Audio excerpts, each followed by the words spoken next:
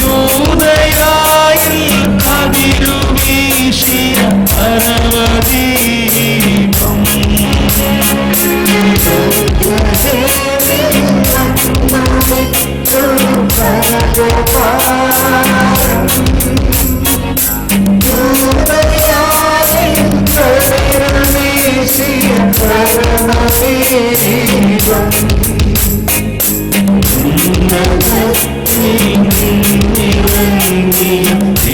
ദിവ്യഭോജ്യം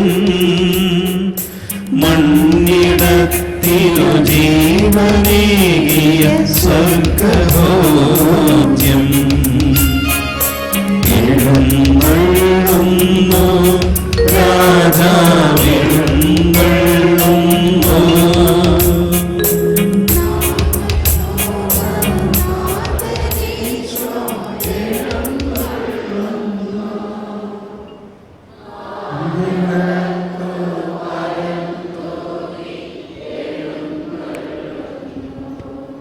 നമുക്കിരിക്കാം. അല്പസമയം ഈ കുറഞ്ഞ കാര്യം ഒന്ന് മുഴുവനാക്കിയിട്ട് നമ്മൾ സൗഖ്യ പ്രാർത്ഥനയിലേക്ക് പോകാം. സിനഗോഗിൽ അവൻ അവരുടെ സിനഗോഗിൽ പഠിപ്പിച്ചു, രാജ്യത്തിൻ്റെ സുവിശേഷം പ്രഘോഷിച്ചു.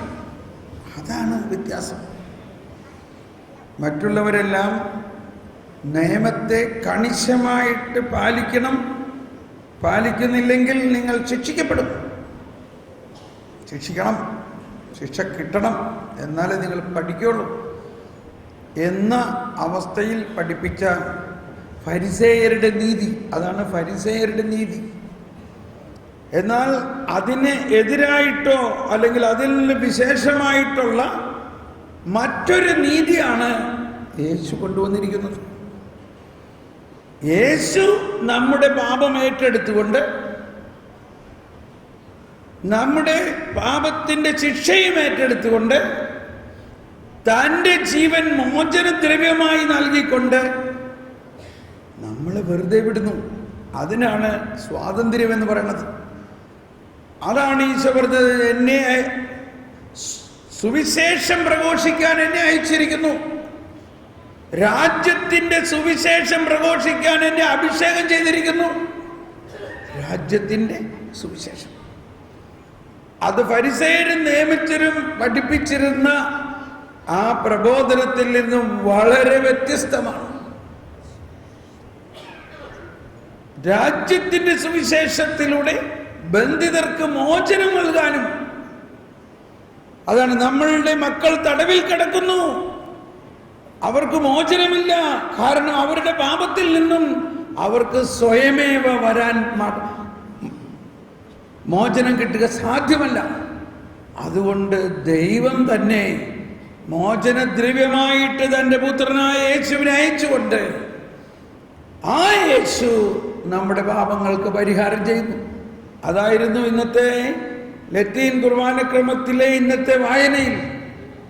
ഒന്നാമത്തെ വായനയിൽ നമ്മൾ കേട്ടിട്ടുണ്ടാകണം, ജെറമിയ പുസ്തകത്തിൽ 23-ാം അധ്യായം 5-ാമത്തെ വചനത്തിൽ പറയുന്നു, കർത്താവാണ് അവരുടെ നീതി. God the Lord is their righteousness and justice. കർത്താവാണ് അവരുടെ നീതി. വീണ്ടും ഔസേപ്പിന്നോട് മാലാഖ എന്ന് പറയുകയാണ്, നിന്റെ ഭാര്യ ഗർഭിണിയായിരിക്കുന്നത് പരിശുദ്ധാത്മാവിലൂടെയാണ്, അവന് നീ യേശു എന്ന് പേരിടണം. യേശു എന്ന വാക്കിന് അർത്ഥം എന്താണ്? ആരെങ്കിലും ഒന്ന് പറയാമോ? യേശു എന്ന വാക്കിന്റെ പൂർണ്ണ അർത്ഥം എന്താണ്? അതൊരു എബ്രായ വാക്കാണ്.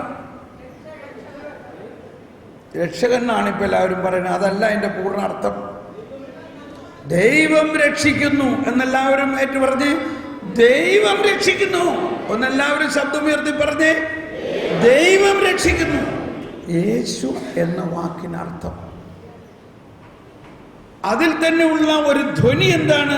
മനുഷ്യന് സ്വയം രക്ഷിക്കപ്പെടുക സാധ്യമല്ല, ദൈവം രക്ഷിക്കുന്നു.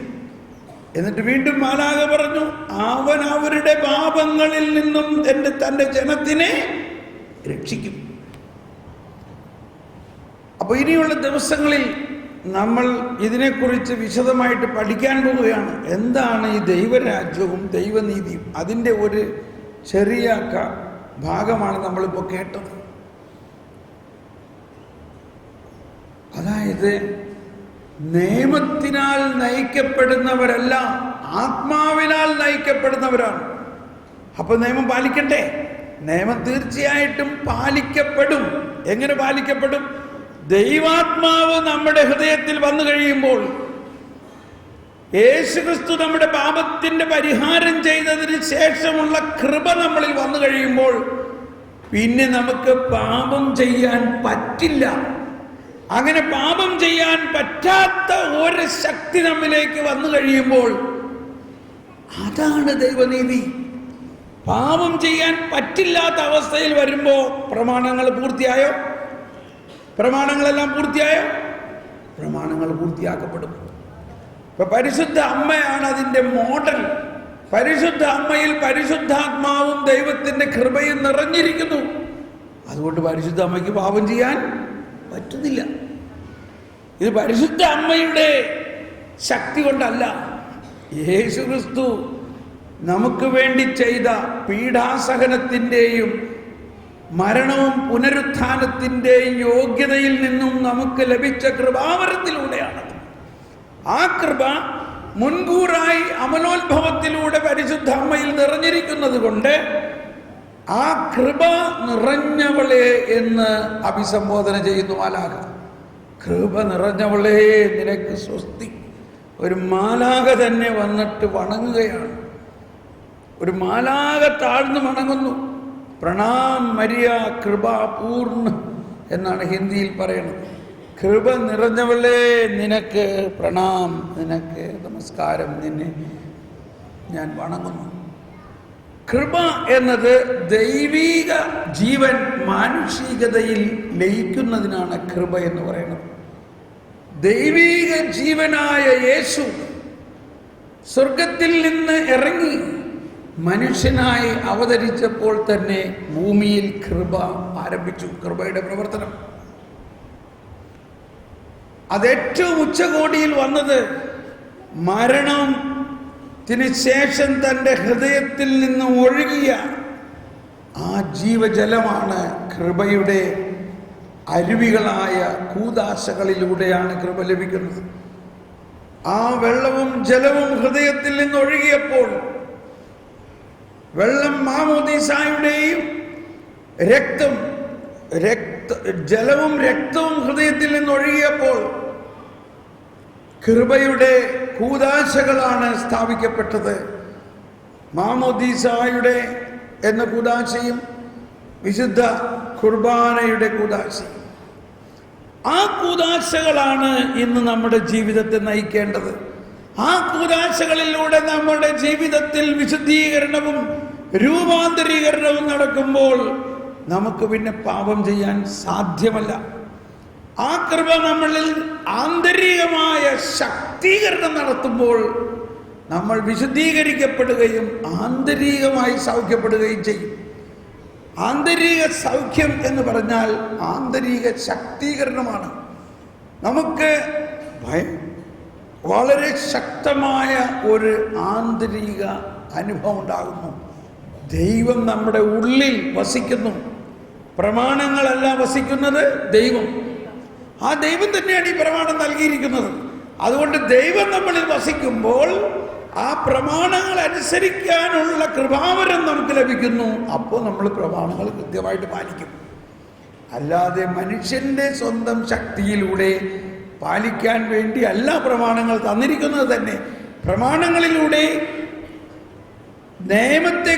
പാപത്തെക്കുറിച്ചുള്ള ബോധ്യമേ ഉണ്ടാകുന്നുള്ളൂ. പാപം മാറ്റാൻ പറ്റില്ല. പാപം മാറ്റുന്നത് യേശുക്രിസ്തുവാണ്. അതാണ് യോഹന്നാന്റെ സുവിശേഷത്തിന്റെ ആദ്യം തന്നെ പറയുന്നത്, നിയമം മോശ വഴി വന്നു, കൃപയും സത്യവുമാവട്ടെ യേശു വഴി വന്നു. അതാണ് യേശുവിൻ്റെ കരുണാർദ്രമായ സ്നേഹം. ഇപ്പൊ ഈ അമ്മമാരെല്ലാം പറഞ്ഞു, അയ്യോ ഞങ്ങളുടെ മോനെ ശിക്ഷിക്കരുതേ എന്ന് പറയുന്ന ഹൃദയമാണ് ദൈവപിതാവിൻ്റെ ഹൃദയം. പിതാവ് തൻ്റെ മക്കളെ ശിക്ഷിക്കാൻ അനുവദിക്കാതെ യേശുക്രിസ്തുവിനെ അയച്ചു. അതാണ് 1 യോഹന്നാന്റെ സുവിശേഷത്തിൽ 3-ാം അധ്യായം 16-17 വചനം പറയുന്നതെന്ന് കേട്ടിട്ട് നമ്മൾ ആന്തരിക സൗഖ്യത്തിന്റെ ആരാധനയിലേക്ക് കടക്കാം. അവനിൽ വിശ്വസിക്കുന്ന ഏവനും നശിച്ചു പോകാതെ നിത്യജീവൻ പ്രാപിക്കുന്നതിന് വേണ്ടി തന്റെ ഏകജാതനെ നൽകാൻ തക്കവിധം ദൈവം ലോകത്തെ അത്രമാത്രം സ്നേഹിച്ചു. ഈ പെറ്റമ്മ സ്നേഹിച്ച പോലെ, അയ്യോ അവന് ഞാൻ നൊന്ത് പെറ്റതാണേ, അവനെ ഒന്നും ചെയ്യില്ലേ, അവൻ ചെയ്ത തെറ്റിന് ഞാൻ പരിഹാരം ചെയ്തോളാം. ഇനി ഈ പെറ്റമ്മ മറന്നാലും കർത്താവ് പറയാണ് ഞാൻ മറക്കില്ല എന്ന് പറഞ്ഞതിൻ്റെ അർത്ഥം അതാണ്.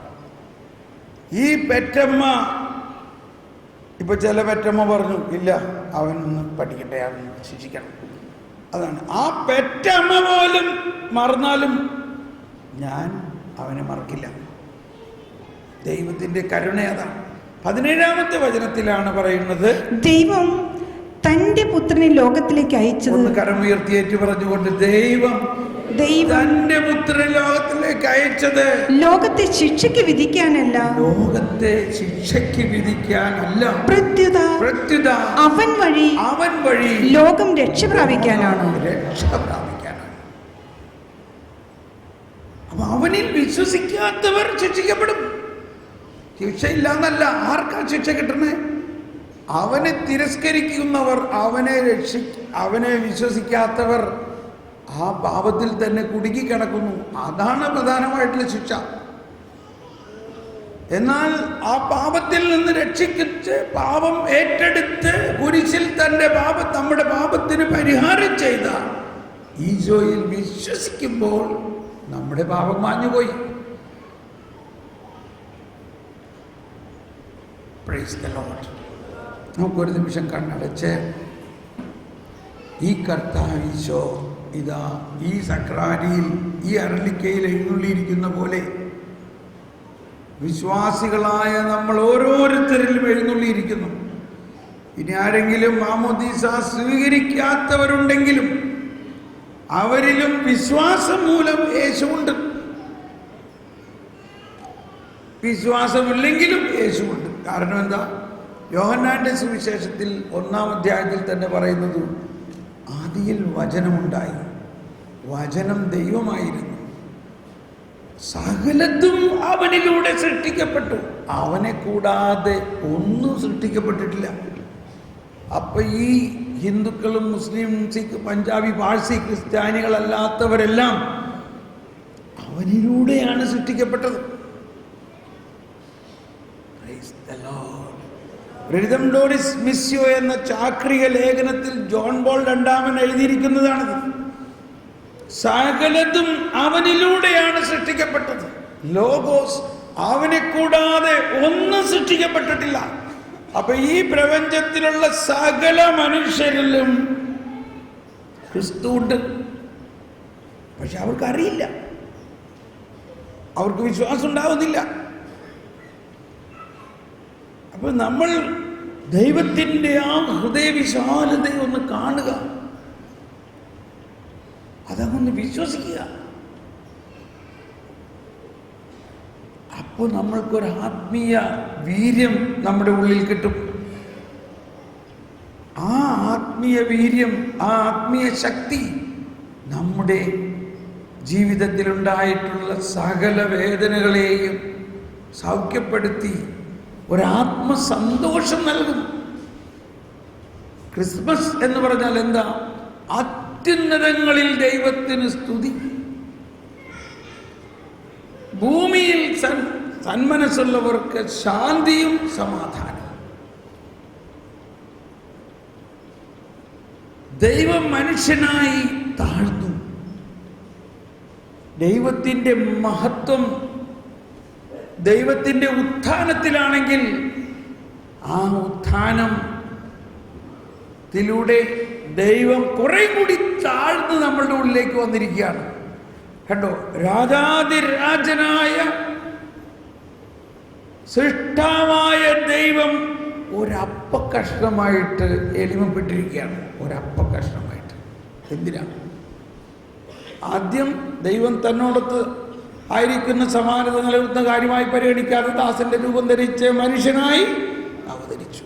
അതൊരു വലിയ താഴ്ചയാണ്, ഒരു വലിയ എളിമപ്പെടുത്തലാണ്. ഒന്ന് കൈവീശി കാണിച്ചെല്ലാവരും കണ്ടോ?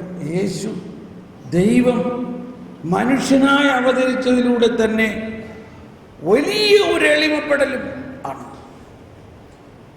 ഇനി അതിനേക്കാൾ വലിയ ഒരു എളിമപ്പെടലല്ലേ യേശു ഉയർത്തെഴുന്നേറ്റ യേശു ഒരപ്പമായി നമ്മുടെ മുമ്പിൽ വന്നിരിക്കുന്നു. നീ എന്നെ അങ്ങ് തിന്നോ, എനിക്ക് നിന്നെ വേണം, നിന്നെ ഞാൻ എൻ്റെ ഹൃദയത്തിൻ്റെ ചെപ്പിൻ്റെ അകത്ത് കൊണ്ട് നടക്കും.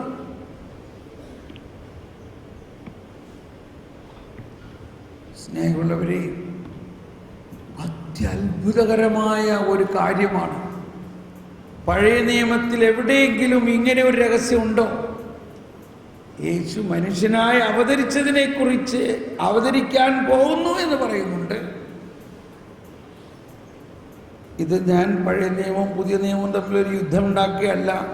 പുതിയ നിയമത്തിൽ ഈ പഴയ നിയമത്തിൽ പറഞ്ഞ കാര്യങ്ങളുടെ പൂർത്തീകരണം സംഭവിച്ചിരിക്കുന്നു.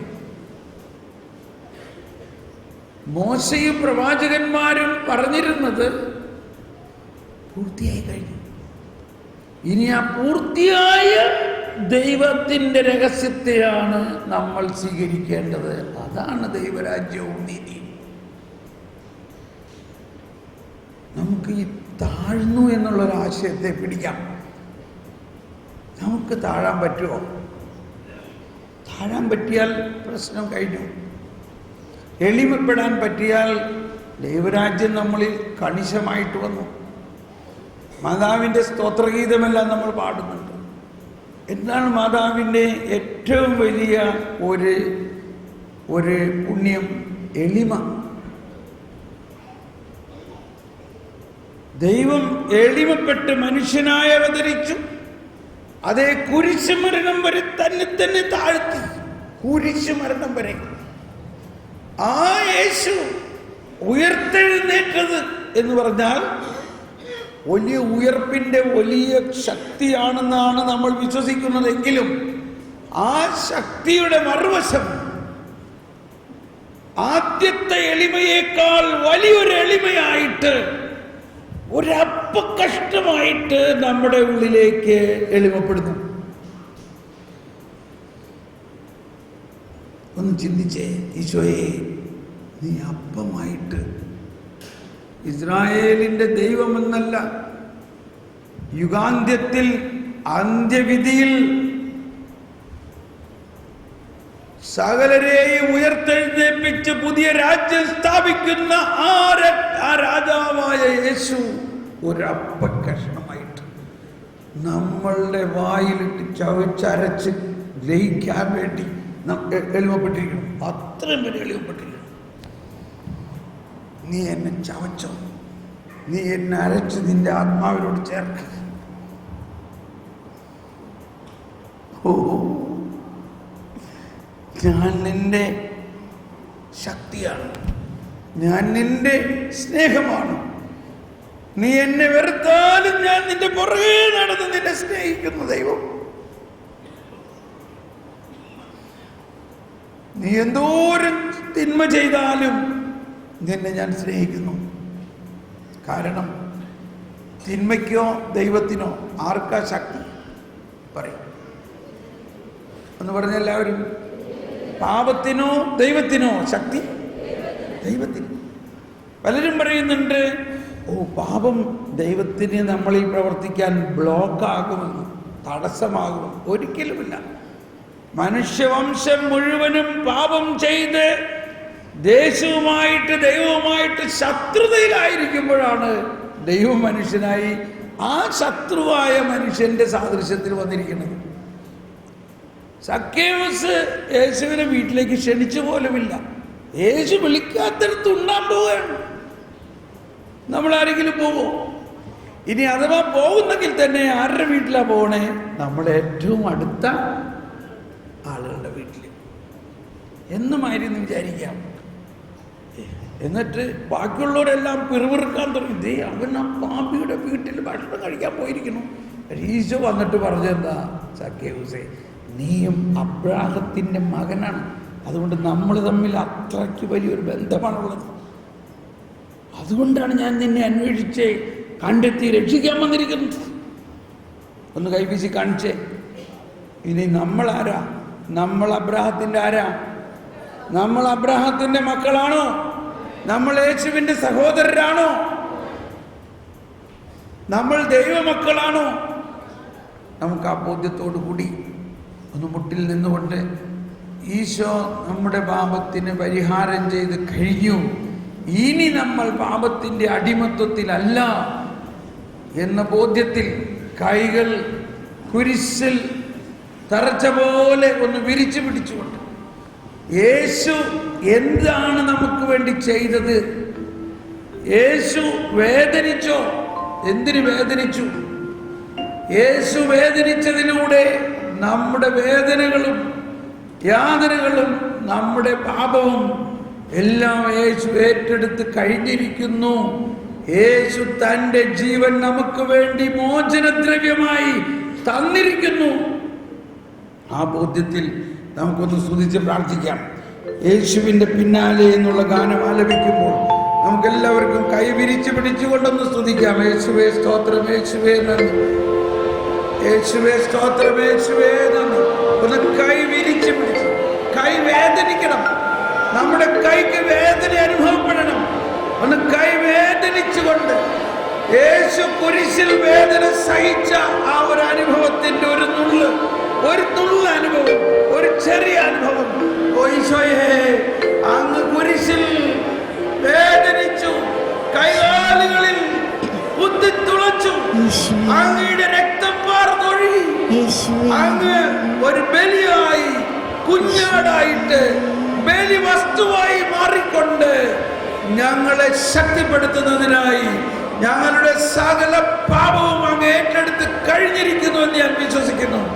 ഞാനും എൻ്റെ കുടുംബവും യേശുക്രിസ്തുവിലൂടെ രക്ഷ പ്രാപിച്ചിരിക്കുന്നു എന്ന് ഞാൻ വിശ്വസിക്കുന്നു. ആ കൃപാവരം എന്നിൽ ഒഴുക്കി, ആ പരിശുദ്ധാത്മാവ് എന്നിൽ ഒഴുക്കണേ, എന്നെ വിശുദ്ധീകരിക്കണമേ. ഹല്ലേലൂയ, ഹല്ലേലൂയ, ഹല്ലേലൂയ, ഹല്ലേലൂയ. യേശുവിന്റെ പിന്നാലെ ഞാൻ പോകുവാൻ ആത്മാവിൽ തീരുമാനം ചെയ്തു, മേലിൽ പിന്നിലേക്കൽപ്പം.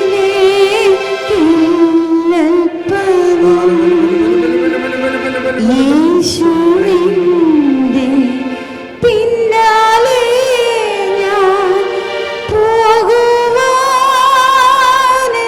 ആത്മാവിൽ തീരുമാനം ചെയ്തു, മേലിൽ പിന്നിലേക്കൽപ്പം. എന്റെ പിന്നിൽ ലോകമാണ്, എന്റെ മുന്നിൽ ക്രൂശിതം. തീരുമാനം ചെയ്തു, മേലിൽ പിന്നിലേക്കൽപ്പം.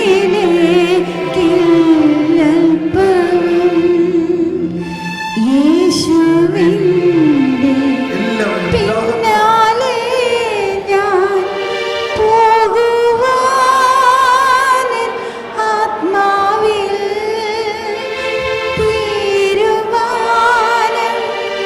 ചെയ്തു, മേലിൽ പിന്നിലേക്കൽപ്പം.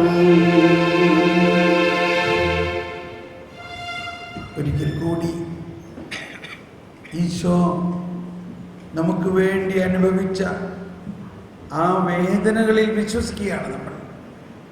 യേശുവിൽ വിശ്വസിക്കുന്നു എന്ന് പറഞ്ഞാൽ യേശു എനിക്ക് വേണ്ടി എന്ത് ചെയ്തു? യേശു എൻ്റെ ആരാണ്? ഞാനും യേശുവുമായിട്ടുള്ള ഒരു രക്തബന്ധമുണ്ടോ ഇല്ലയോ? ആ യേശുവേ, ഞാൻ അങ്ങയുടേതാണ്. ഈശോ പറഞ്ഞു, ഞാൻ എൻ്റെ പിതാവിലും നിങ്ങൾ എന്നിലും ഞാൻ നിങ്ങളിലുമാണ്. അതാണ് ഒരു ഉടമ്പടി ബന്ധം. ഉടമ്പടി ബന്ധം എന്ന് പറഞ്ഞാൽ ഞാൻ എൻ്റെ ഭാര്യയ്ക്കും അവൾ എനിക്കും ജീവൻ കൈമാറി. ഞാനൊരു ഉടമ്പടിയിലേക്ക് പ്രവേശിച്ചു. ഞാൻ വിവാഹിതനായി എന്ന് പറഞ്ഞാൽ ഞാൻ എൻ്റെ ജീവൻ അവൾക്ക് കൊടുത്തു. അവളുടെ ജീവൻ എനിക്ക് നൽകി. അങ്ങനെ ഞാൻ അവളിലും അവൾ എന്നിലും. അതാണ് ദൈവം നമ്മളുമായിട്ട് ചെയ്ത ഉടമ്പടി. ഇതെന്റെ രക്തമാകുന്നു.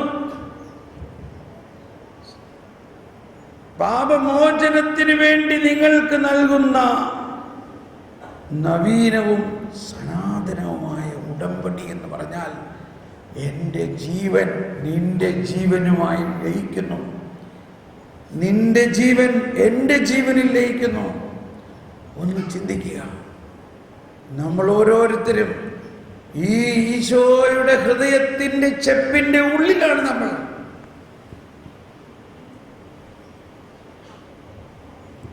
എന്നിൽ നീയുമേ നിന്നിൽ ഞാൻ ഇങ്ങനെ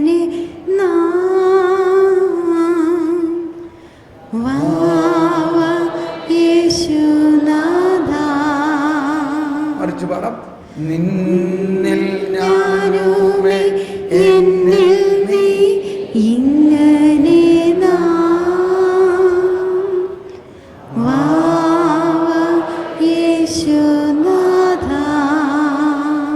വിശ്വസിക്കുക. വിശ്വാസമാണ് ഇവിടെ. നമ്മൾ യേശുവിൻ്റെ ഹൃദയത്തിൻ്റെ ഉള്ളിലാണെന്ന് വിശ്വസിക്കുക. നിന്നിൽ ഞാൻ. അതേ സമയത്ത് തന്നെ യേശു നമ്മുടെ ഉള്ളിലുമാണെന്ന് വിശ്വസിക്കുക. അത്ര എളുപ്പമല്ല, എന്നാൽ ശ്രമിക്കുക, വിശ്വസിക്കാൻ ശ്രമിക്കുക. യേശു വന്നിരിക്കുന്നത് ബാഹ്യമായ ഒരു വിമോചനമല്ല, ഏറ്റവും ആന്തരികമായ ഒരു വിമോചനം. നമ്മുടെ ഹൃദയത്തിനെ മാറ്റിവെച്ചുകൊണ്ട്, ഈശോയുടെ മധുരമുള്ള ഹൃദയമേ അങ്ങയുടെ എൻ്റെ ഹൃദയം അങ്ങയുടെ ഹൃദയം പോലെ ആക്കണമേ. അങ്ങനെ നമ്മുടെ ഹൃദയത്തിൻ്റെ ഉള്ളിൽ വസിച്ചുകൊണ്ട് നമ്മൾ യേശുവിൻ്റെ ഹൃദയത്തെ വസിക്കുന്ന ആ ബോധ്യത്തോടു കൂടി ഒന്ന് സ്തുതിച്ചേ. യേശുവേ നന്ദി, യേശുവേ സ്തോത്രം, യേശുവേ മഹത്വം, യേശുവേ ആരാധന, യേശുവേ നന്ദി. ഹല്ലേലൂയ ഹല്ലേലൂയ ഹല്ലേലൂയ യേശുവേ നന്ദി. ഹല്ലേലൂയ ഹല്ലേലൂയ ഹല്ലേലൂയ ഹല്ലേലൂയ ഹല്ലേലൂയ ഹല്ലേലൂയ ഹല്ലേലൂയ ഹല്ലേലൂയ ഒന്ന് ഹൃദയം പൊട്ടി ഒന്ന് സ്തുതിച്ചേ, ഹൃദയം തുറന്നൊന്ന് സ്തുതിച്ചേ, പൂർണ്ണ ഹൃദയത്തോടെ സ്തുതിച്ചേ. ഓഹോ യേശുവേ, ഞാൻ നിന്റേതാണ്, നീ എന്റേതാണ്. ഞാൻ നിന്റേതാണ്, നീ എന്റേതാണ്. ഞാൻ പൂർണ്ണ ഹൃദയത്തോടെ അങ്ങയെ സ്നേഹിക്കുന്നു, പൂർണ്ണ ആത്മാവോടെ അങ്ങയെ സ്നേഹിക്കുന്നു, പൂർണ്ണ മനസ്സോടെ അങ്ങയെ സ്നേഹിക്കുന്നു. നമ്മുടെ ജീവിതത്തിലുണ്ടായിട്ടുള്ള ഏറ്റവും വേദനിച്ച ഒരു സംഭവത്തെ ഒന്നോർമ്മയിലേക്ക് കൊണ്ടുവരാൻ ശ്രമിക്കുക. ഈശോ അന്ന് അവിടെ ഉണ്ടായിരുന്നു, ഈശോ നമ്മുടെ ഹൃദയത്തിലുണ്ടായിരുന്നു. എങ്കിലും ഈശോ അത് അനുവദിച്ചത് എന്തിനാണ്? ഈശോ അത് അനുവദിച്ചത്? നീ അറിയാതെ എൻ്റെ ജീവിതത്തിൽ ഒരു പ്രയാസം ഉണ്ടാവില്ല, നീ അറിഞ്ഞുകൊണ്ട് അത് അനുവദിച്ചു. അതാണ് ഈശോയുടെ സ്നേഹത്തിൻ്റെ മറ്റൊരു വശം.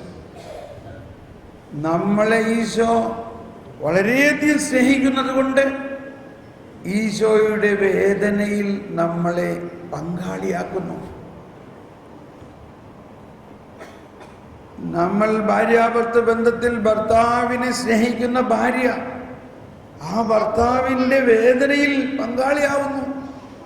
ഭർത്താവ് രാത്രി മുഴുവനും വേദനിച്ച് ഉറക്കം വരാതെ കിടക്കുമ്പോൾ ഭാര്യ ഉണർന്നിരുന്ന് തടവിക്കൊടുക്കുന്നു, സ്നേഹിക്കുന്നു, ഓയിൻമെൻറ്റ് പുരട്ടുന്നു, മരുന്ന് പുരട്ടുന്നു. എന്ന പോലെ ഈശോയുടെ അതികഠോരമായ വേദന സംഭവിക്കുമ്പോൾ ഈശോ ചോദിക്കുകയാണ്, ഒരു കുറച്ച് സമയം എൻ്റെ കൂടെ ഒന്ന് ഇരിക്കാമോ? അതാണ് ഗെത്സമനി. ഈശോ ചോദിച്ചു, ആരെങ്കിലും എന്നെ ഒന്ന് ആശ്വസിപ്പിക്കാനുണ്ടോ എന്ന് നോക്കി, ആരെയും കണ്ടില്ല. ഇവിടെ നാം പറയും, ഞാനുണ്ട് കർത്താവേ, ഞാൻ നിന്നെ പല പ്രാവശ്യം ആശ്വസിപ്പിച്ചിട്ടുണ്ടല്ലോ. ഒന്ന് ഓർത്തേ, എന്നാ നമ്മൾ ഈശോയെ ആശ്വസിപ്പിച്ചത്? ഈശോയെ ആശ്വസിപ്പിച്ചത് മറ്റൊരു വിധത്തിൽ പറഞ്ഞാൽ, അതികഠിനമായ വേദന നമ്മൾ അനുഭവിച്ചപ്പോഴെല്ലാം ഈശോയുടെ വേദനയിൽ നിന്നും ഒരു നുള്ള് നമ്മൾ ഏറ്റെടുക്കത്ത് ഈശോയെ ആശ്വസിപ്പിക്കുകയായിരിക്കും. അങ്ങനെ ഒന്ന് മനസ്സിൽ ചിന്തിച്ചേ, എന്താണ് നമ്മുടെ ജീവിതത്തിൽ പറഞ്ഞറിയിക്കാൻ പറ്റാത്ത, ചിലത് ആരോടും പറയാൻ പറ്റാത്ത വേദന, ദുസ്സഹമായ വേദന, അവഹേളനം, ഒരുപക്ഷേ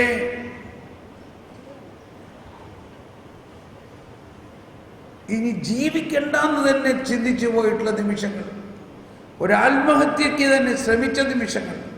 പക്ഷെ അതെല്ലാം ഈശോ ആ ഗെത്സമനിയിൽ കണ്ണുനീരൊഴുക്കി പ്രാർത്ഥിച്ച, ഉച്ചത്തിൽ വിളിച്ച് പ്രാർത്ഥിച്ചു, പിതാവേ എനിക്ക് പറ്റണില്ല, എനിക്ക് പറ്റണില്ല, ഈ പാനപാത്രം എന്നിൽ നിന്ന് മാറ്റൂ,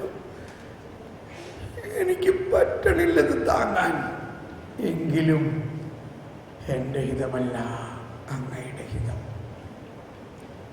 ഇത് തന്നെ നമ്മുടെ ജീവിതത്തിൽ മാറ്റൊലിക്കൊണ്ടില്ലേ? നമ്മൾ ഒരിക്കലെങ്കിലും ഇങ്ങനെ കരഞ്ഞിട്ടുണ്ടല്ലോ, ദിസ് ഈസ് ടു മച്ച്, ഇതെനിക്ക് പറ്റണില്ല ഈ ജീവിതം. കുടുംബജീവിതമാകാം, ഒരുപക്ഷെ കമ്മ്യൂണിറ്റി ലൈഫാകാം, സാമൂഹിക അവസ്ഥയാകാം, പ്രാർത്ഥനാ ഗ്രൂപ്പിൻ്റെ അവസ്ഥയാകാം. എനിക്ക് പറ്റണില്ല എന്ന് പറഞ്ഞുകൊണ്ട്, എനിക്കിത് മതി എന്ന് പറഞ്ഞ് നമ്മൾ വളരെ ഡെസ്പെറേറ്റ് ആയിട്ടുള്ള നിമിഷത്തെ ഈശോയുടെ ഗെത്സമനിയിലേക്ക് നമുക്ക് സമർപ്പിച്ചുകൊണ്ട്, ഈശോയെ, നീ കരഞ്ഞ, നീ രക്തം വിയർത്ത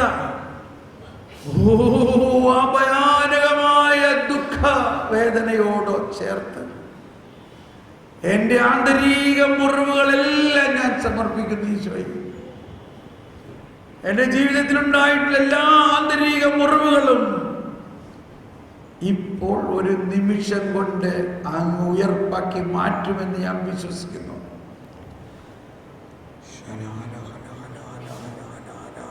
സ്തുതിച്ചുകൊണ്ട് ആ മുറിവുകൾ, ആ വ്യക്തികൾ, നമ്മളെ വേദനിപ്പിച്ചവർ, നമ്മളെ അവഹേളിച്ചവർ, നമ്മളെ വഞ്ചിച്ചവർ, നമ്മളെ, അതെല്ലാം ഈശോയ്ക്ക് സമർപ്പിച്ചുകൊണ്ട് നമുക്കൊന്ന് പ്രാർത്ഥിക്കാം. യേശുവേ സ്തോത്രം, യേശുവേ നന്ദി, യേശുവേ മഹത്വം, യേശുവേ നന്ദി. എല്ലാവരും ശബ്ദം ഉയർത്തി ഹല്ലേലൂയ, ഹല്ലേലൂയ, ഹല്ലേലൂയ കരഞ്ഞ് പ്രാർത്ഥിക്കാം, കണ്ണുനീരൊഴുക്കി പ്രാർത്ഥിക്കാം. ആ ദുഃഖം മുഴുവനും പൊട്ടട്ടെ, ആ ദുഃഖം പൊട്ടട്ടെ, ആ ദുഃഖത്തിന്റെ ചങ്ങല പൊട്ടട്ടെ. യേശു ആവിട്ട് കരഞ്ഞ് പ്രാർത്ഥിച്ച പോലെ നമുക്ക് പ്രാർത്ഥിക്കാം. ഓ യേശുവേ, ഓ യേശുവേ, നിനക്ക് മാത്രമേ അറിയുള്ളൂ എൻ്റെ വേദന, നീ മാത്രമേ മനസ്സിലാക്കുന്നുള്ളൂ എൻ്റെ വേദന. ഇപ്പൊ എനിക്ക് മനസ്സിലായി, നീ മനഃപൂർവ്വം എന്നെ വേദനിപ്പിക്കുന്നതാണെന്ന് എനിക്ക് മനസ്സിലായി. കാരണം യെശയ്യാ തിരുവചനം 53 പറഞ്ഞത്, അവൻ വേദനിക്കണം എന്നത് അവിടുത്തെ ഹിതമായിരുന്നു. അവിടുന്നാണ് അവനെ ക്ലേശങ്ങൾക്ക് വിട്ടുകൊടുത്തത്. എല്ലാവരും അവഹേളിക്കുകയും എല്ലാവരും പുച്ഛിക്കുകയും കാർപ്പിച്ച് തുപ്പുകയും നിന്ദിക്കുകയും ചെയ്തപ്പോൾ ഈശോ മനസ്സിലാക്കിയത് ആ വചനം പൂർത്തിയായിരിക്കുന്നു. യെശയ്യാ 52-53 പൂർത്തിയായിരിക്കുന്നു. അടിച്ചവർക്ക് പുറവും താടിമീശ പറിച്ചവർക്ക് കവിളുകളും അവൻ കാണിച്ചു കൊടുത്തു എന്നുള്ള വചനം പൂർത്തിയായിരിക്കുന്നു. അവർ അവന്റെ കൈകാലുകൾ കുത്തിത്തുളയ്ക്കും എന്ന വചനം ഇതാ പൂർത്തിയാകാൻ പോകുന്നു. അവർ അവന്റെ വസ്ത്രങ്ങൾക്ക് ചിട്ടിയിട്ടെടുത്തു എന്നുള്ള വചനം പൂർത്തിയാകുന്നതിന് വേണ്ടി അവർ അവന്റെ വസ്ത്രം ഉരിഞ്ഞെടുത്തു. നട്ടുച്ചയ്ക്ക് സ്വന്തം അമ്മയും മറ്റ് നിരവധി സഹോദരിമാരും അല്ലെങ്കിൽ നിരവധി സ്ത്രീകളുടെയും വലിയ ഒരു ജനാവലിയുടെ മുമ്പിൽ വെച്ചുകൊണ്ട് നട്ടുച്ചയ്ക്ക് വസ്ത്രം ഉരിഞ്ഞെടുത്ത് അതിഭയങ്കരമായ അവഹേളനം നടത്തി. ഈശോയെ, എൻ്റെ ജീവിതത്തിൽ അനുഭവിച്ചിട്ടുള്ള അവഹേളനങ്ങൾ, തിരസ്കരണങ്ങൾ, സ്വന്തം താൻ ഏറ്റവും കൂടുതൽ സ്നേഹിച്ച തൻ്റെ പ്രധാന അപ്പസ്തോലൻ തന്നെ തിരസ്കരിക്കുന്നു. തൻ്റെ അപ്പസ്തോലന്മാരിൽ ഒരുവൻ 30 വെള്ളിക്കാശിന് നമ്മൾ തന്നെ ഒറ്റിക്കൊടുക്കുന്നു. ഇതുപോലെ നമ്മുടെ ജീവിതത്തിൽ പലരും നമ്മളെ വഞ്ചിച്ചിട്ടുണ്ടാകാം. നമ്മളേറ്റവും സ്നേഹിക്കുന്ന വ്യക്തികൾ തന്നെ നമ്മളെ വഞ്ചിച്ചിട്ടുണ്ടെങ്കിൽ, നമ്മളെ തെറ്റിദ്ധരിച്ചിട്ടുണ്ടെങ്കിൽ, നമ്മളെ